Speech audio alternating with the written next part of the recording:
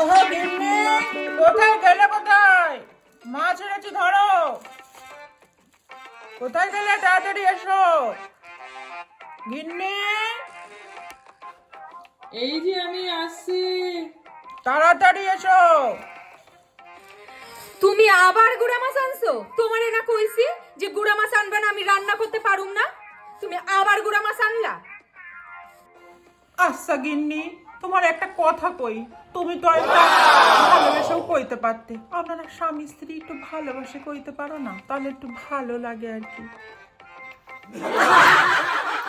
দুষ্টু, এই দুষ্টু দুষ্টু, তোমাকে কতবার বলেছি না তুমি গুড়া মাছ আনবে না?